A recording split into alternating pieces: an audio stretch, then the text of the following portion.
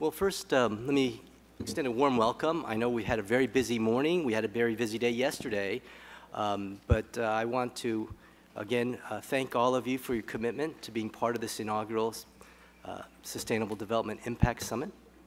I just also wanted to let you know that this session will be live streamed, and obviously we'll share it across all of our different social media communities, so we're excited about that. So it's not just us in the room that will benefit from this conversation, but certainly thousands of people who are very much supportive and active in the area of trying to achieve the Sustainable Development Goals. And this session, which we're going to talk about, how do you strengthen partnerships to accelerate impact on the Sustainable Development Goals, is really at the heart of this summit.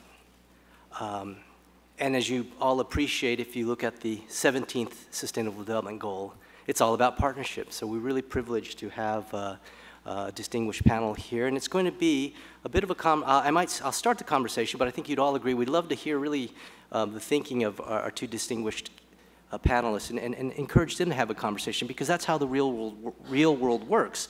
We need different actors, different stakeholders to come together, share experiences, and also tell us how they're getting things done, because we've spent much of the day today, many of you in the workshops, really working out the how, because we're all here together because we believe in the why.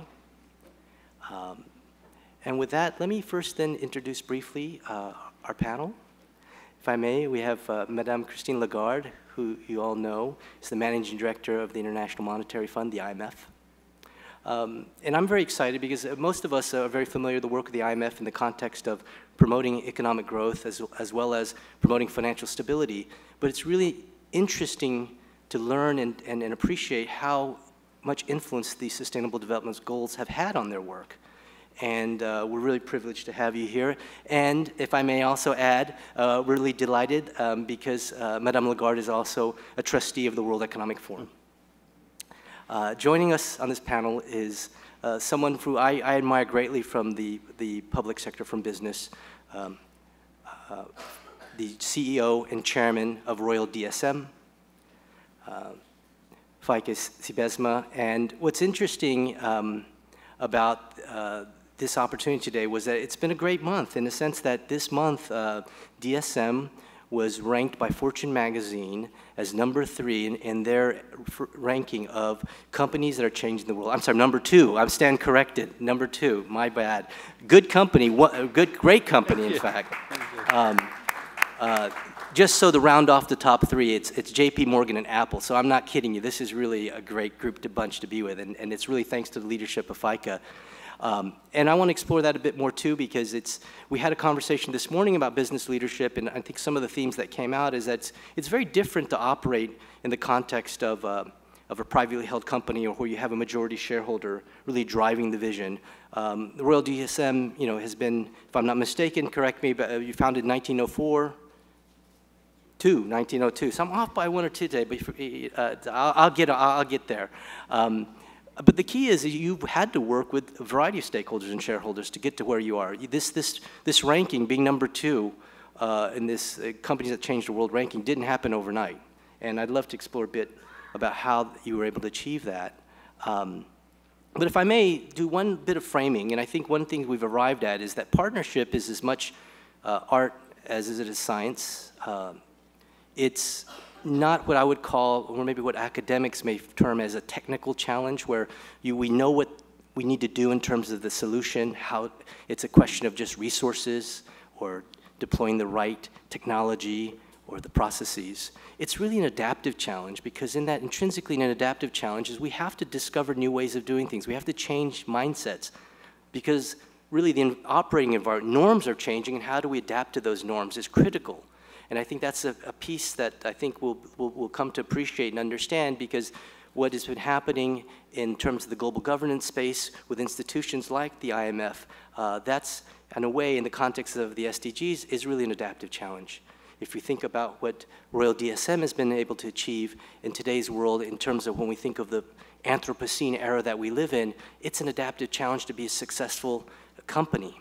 So I'm really excited.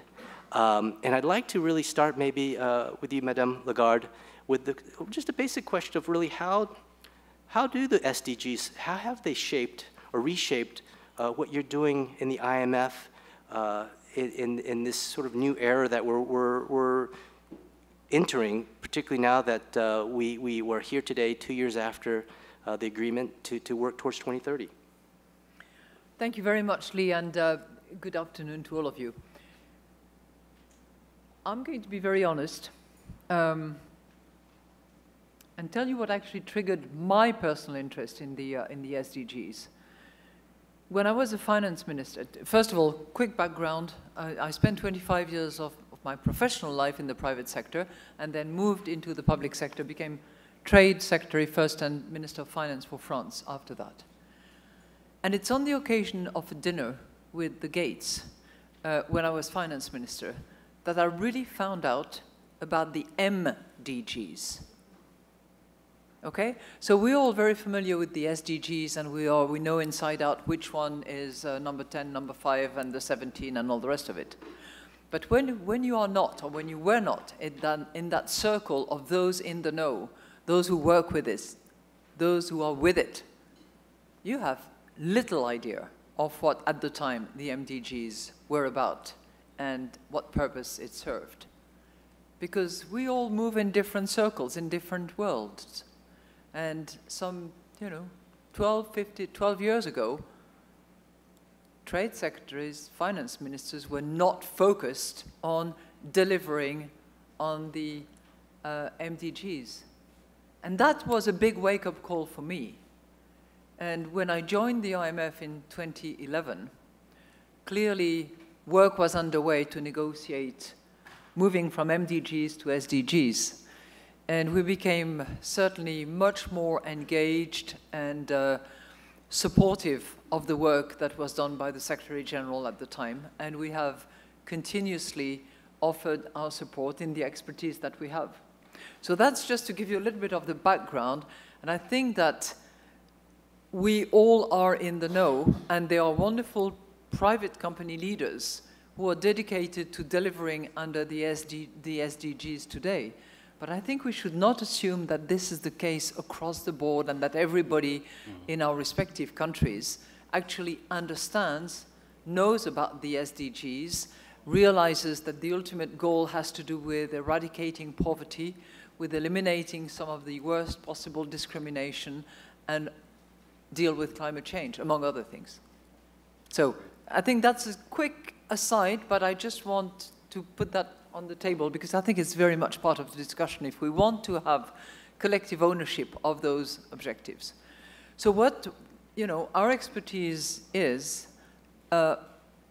mostly fiscal, driven by the mission which we have. You reminded us of it at the IMF. We have to focus on financial stability and prosperity. Now, where do the 17 SDGs and that mission actually meet is complex and multifaceted. When we, for instance, decided to look at climate change and fiscal, when we looked at gender balance, gender contribution to the economy and growth, when we look at inequality and prosperity and growth,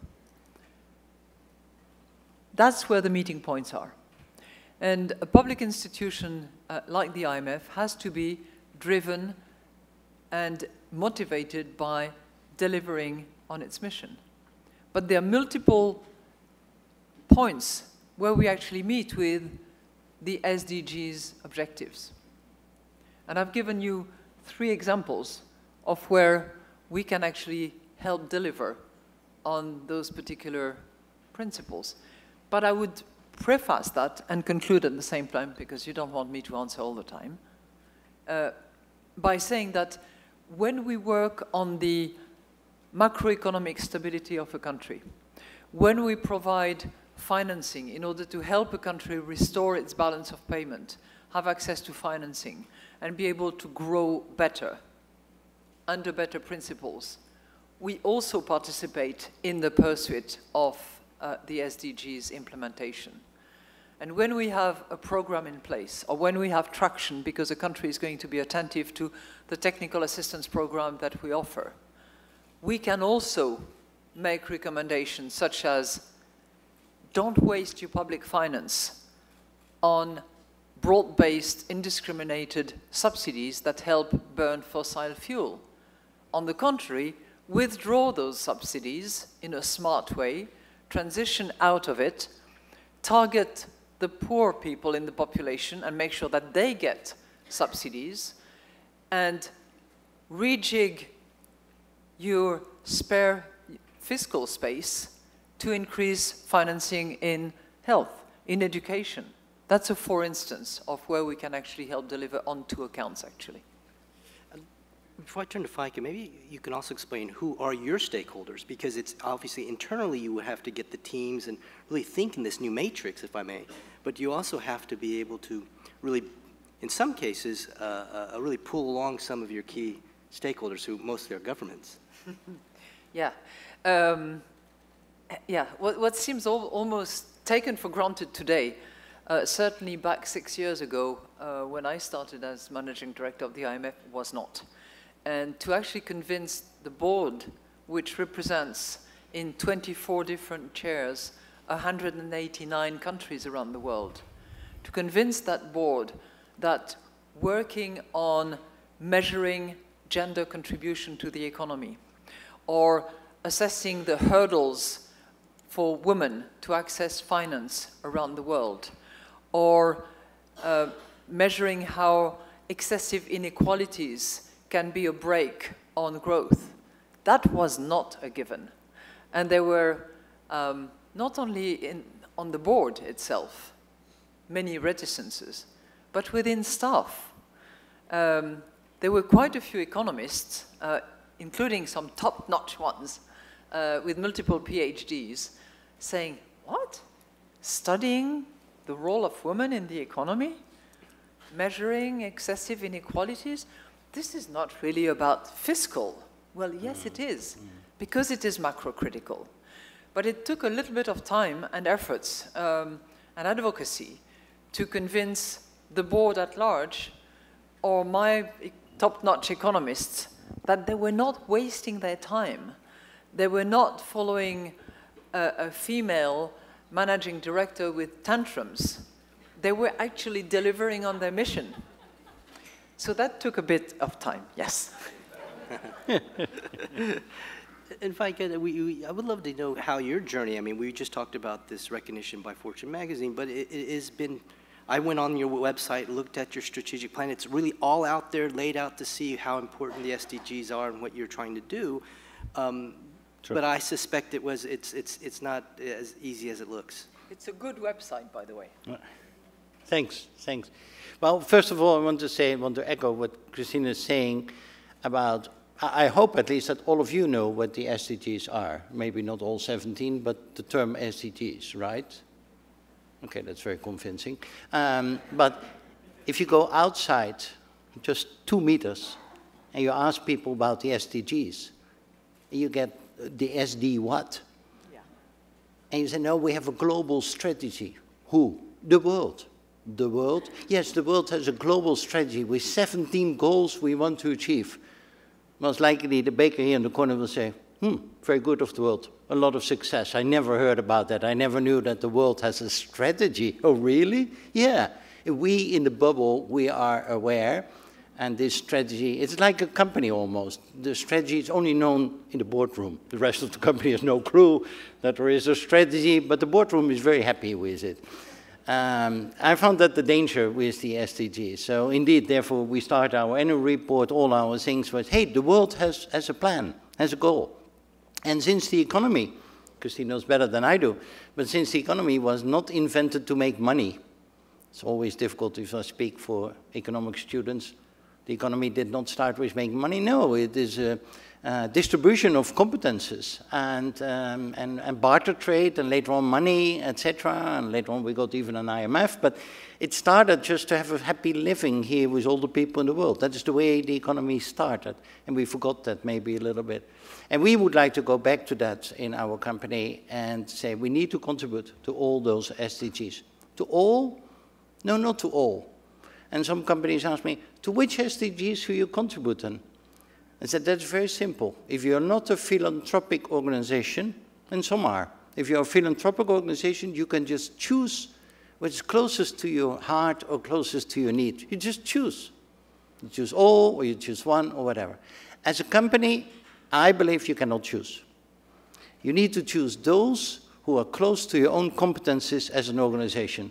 Don't try to do well by just giving money. That's philanthropic, that's very nice, but I link it to your competences. So what I do with our company, we are the largest food ingredient and micronutrition manufacturer in the world, and we have a very strong materials business with making sustainable materials for new energies and all that stuff. So I link what we don't try to do to hunger, to malnutrition, and to address climate change. Because there we have competences. And the other fields, maybe we could contribute with money or other goodwill, but we don't really have competences. So 5 SDGs, as we indicate in our annual report, we really contribute those.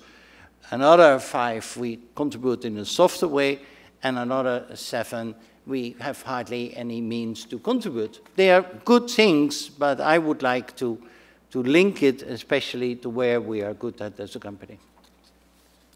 Let me follow up, though, and a sort of more of a macro question, because we just heard from Madame Lagarde of how the IMF is rethinking, and they're focused on the overall prosperity of the planet. What do you need? What's the right enabling environment for you to do this when we talk particularly with public institutions? I'd like to. I mean, you as a company have taken that. It's core to your DNA. You've talked about your core competency. But there is an outside world to work with. And Correct. Of course, there are people outside that need to be first, appreciate what's happening here. But certainly there are other important stakeholders, namely government, but other international organizations that you have to work with. And I was wondering if you could give us some more insight on that piece. Right. I appreciate it.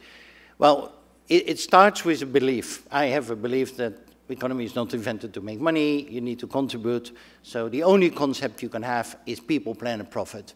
Your organization, your company, every company in the world, my opinion, should have contribution to your economic value, to economic activities, but as well to the environment, as well to society, equally.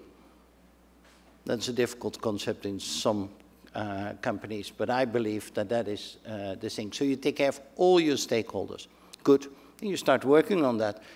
And then we are confronted today with 2 almost opposite trends. We have one big force of short-termism, of activist shareholders, of making money on the short term, aggressiveness, forget all the long-term things, forget doing well for the world. It's going only by economic value. You're owned by your shareholders and all that stuff. That's a clear trend. There's also another trend, ESG investments, pension funds, which have their fiduciary duty and want to do good for the world because the money they invest in is from the people themselves, so why should they not take care of the world from those same people? 2 almost opposite trends. Now, one trend I like a little bit more than the other trend, but I cannot choose, because both trends are part of my world. I mean, they choose me sometimes. So we need to deal with both. So we need to reconcile dilemmas, we need to stand for the long term, but we need to deliver also on the short term. We need to plan our innovations orderly that we can deal with that. Is that sometimes difficult? Yes. But if you have values, then the testing of those values is in the difficult times. I mean, every company, every individual has great values and a great storyline in the easy times. That's easy. But in the difficult times, then can you still deal with all of that pressure and all of that stuff in the difficult times? And then you see people and companies who really have values. And that's the way I try to deal with this. Christine, any thoughts to build on this about, particularly it's sort of appropriate that we're in New York where there is a long view and a short view daily, and really trying to reconcile the two and how you go about, because I think that is something that we see out day in and again. I know you must deal with it in the context of the work that the IMF does with each of the countries where they have these short-term emergencies, but how do you get them to invest in that long-term? And then there's the issue of just finance generally, which came out in the earlier conversations. Great, SDGs are great. How do we actually channel there's an awful lot of talent and finance out there, but how do we actually get it to go working towards these global goals? Two big questions, but I'd love to hear your thoughts on it. And then I also invite you to really share some of your questions and thoughts with each other. Well, what we're trying to do is never to forget the D in SDGs. In the 189 members that we have, there is a large number of low-income countries, fragile states, which often are most exposed to water shortages, to climate change, very negative consequences, to risk of conflict. And it's, that particular category of our memberships that we need to focus on when it comes to development. So going back to your question about the financing, there was a time when aid, international aid, bilateral aid, whatever form it took, was the main financial driver for that development. Well, clearly that has changed, because the fiscal space that many of the advanced economies and some of the emerging market economies have has shrunk, and the level of aid and the great objective of that, I think it was 1.7%, that the countries had, very few countries have actually delivered on that, and it's shrinking rather than increasing. So what we are doing, not alone, but certainly in conjunction with sometimes the World Bank, occasionally the OECD and the United Nations, is help the low-income countries and the developing world in general try to focus on their domestic revenue mobilization.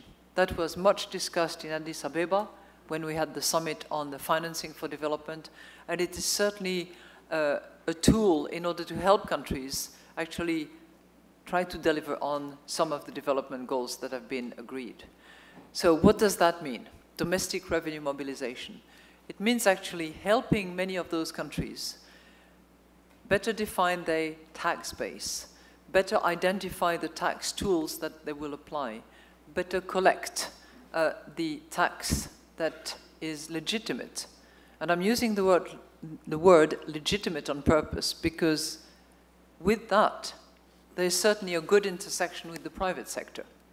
Because while you have the need for those countries to generate their revenue in order to respond to their development imperative, at the same time, we have seen over the course of time base erosion, profit shifting, which is generally caused by smart tax optimization and planning, predominantly by the private sector operators. On the one hand. On the other hand, we have a complexity of the economy that is becoming more intangible, less easily identifiable in terms of tax base as a result of, more of that digital or digitally based source of wealth, which makes the revenue mobilization even more complicated. So you have those two parallel forces applying to the need to actually generate revenue. And it's really in those circumstances that the IMF, together with other international institutions, is trying to bring some sense, and sometimes some common sense, in the framework, in the rules, but also in relation with the private sector. And this is only the beginning of a process, but I think that we will continue to be more and more involved in those issues of identifying where revenue should be assessed and taxed going forward, so that the legitimate revenue mobilization actually takes place where wealth is being generated and value is being created.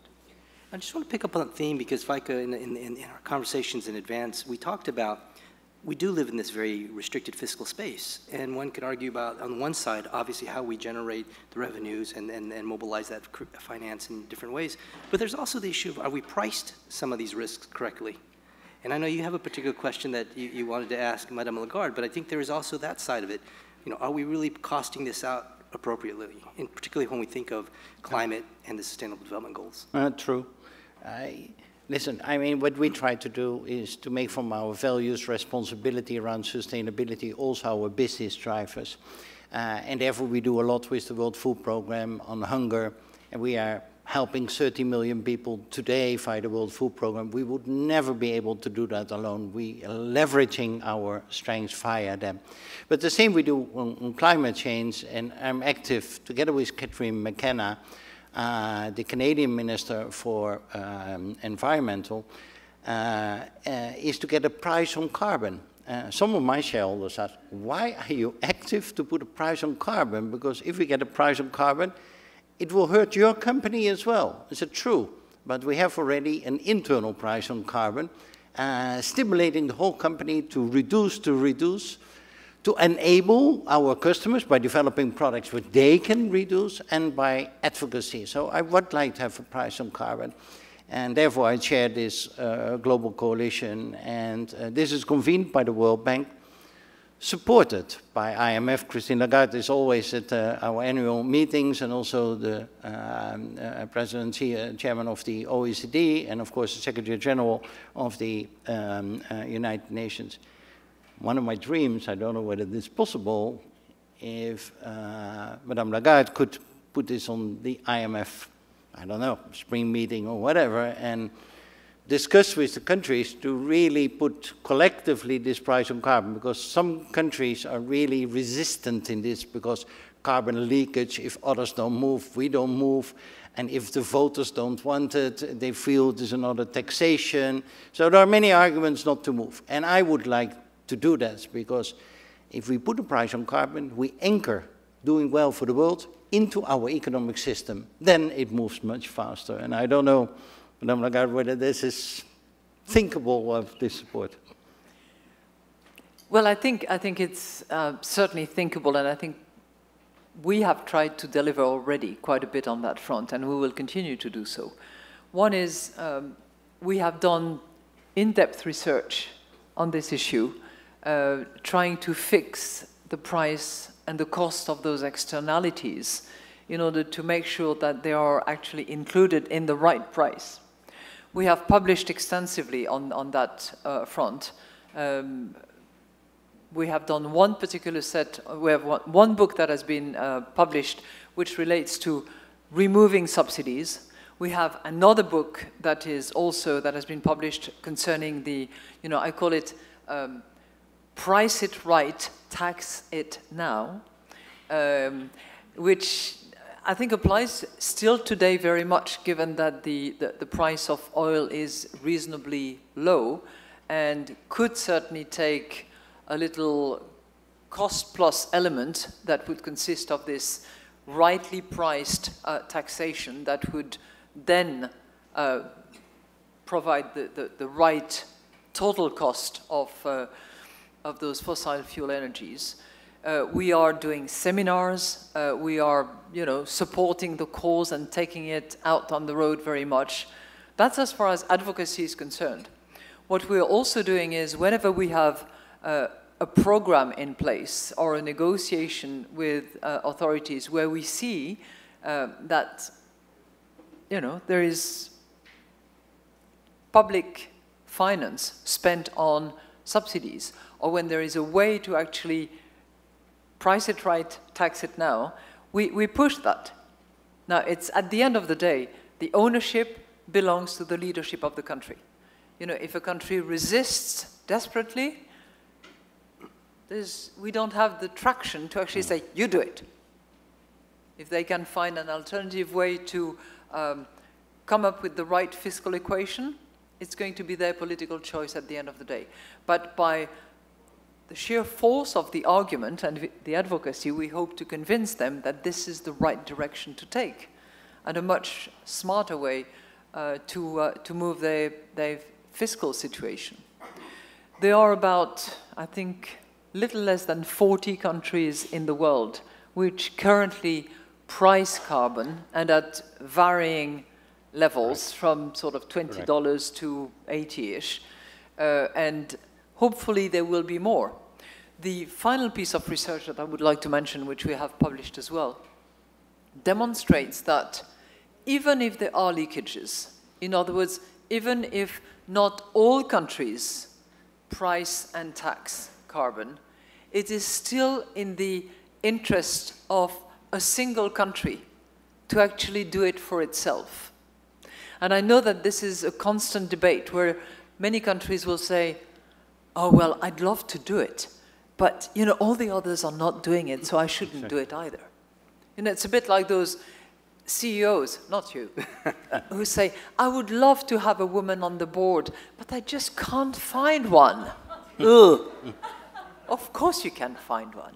And with our latest public work, we do demonstrate that by taxing right, the country is not going to lose out, it's going to actually gain out of doing it, directly and indirectly. Totally agree. We have 3 women in the board. We found them all 3.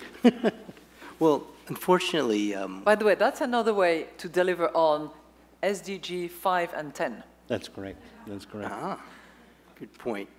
And I think the clear message is, you know, where there is a will, there's a way. And I think that's, and I'm really very, very honored and we're privileged to have you share your time. It's a very busy week for both of you, I know, during the UN General Assembly, but thank you. Thank you for your leadership within the forum, both with the International Business Council as a board of trustees. But again, thank you for the time. And on behalf of those who are following on the live stream, I think we've learned a lot. I hope that, you know, to me, this will be a very memorable moment. You started with your, when you were Minister of Finance and you had your dinner with the Gates, but I'll remember this, partly because it's my birthday, so, but, and so I really feel that this is a great high point. And let me also thank you as a parent, because it's seeing leaders like yourself concerned about not just this generation, but future generations. I think that's what makes us feel confident that we can indeed, in these very challenging times, improve the state of the world by working together. So thank you very much. Thank you. Thank you.